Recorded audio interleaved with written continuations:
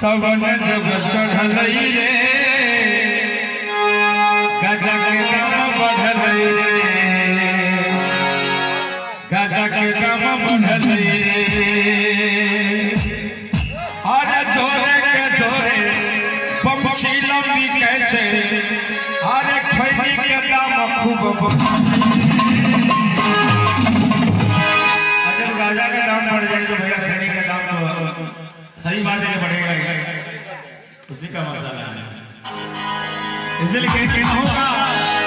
अरे छोरे के छोरे पंछी लंबी के छे अरे मसाला के मांग खूब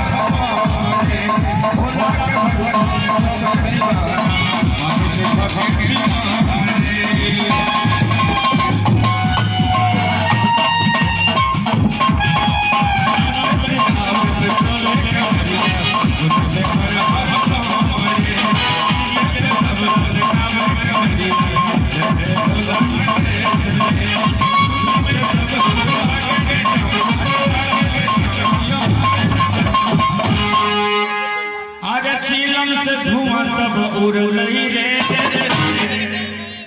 सावन जब चढ़लई रे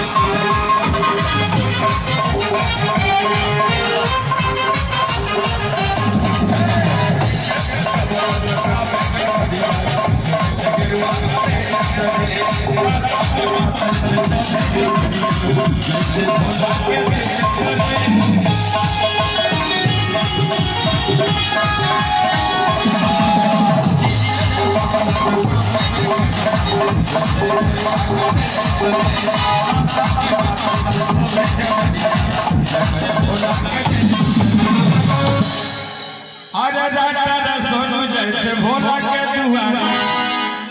अरे लक्ष्मी भगवान जैसे दुआरे अरे संजय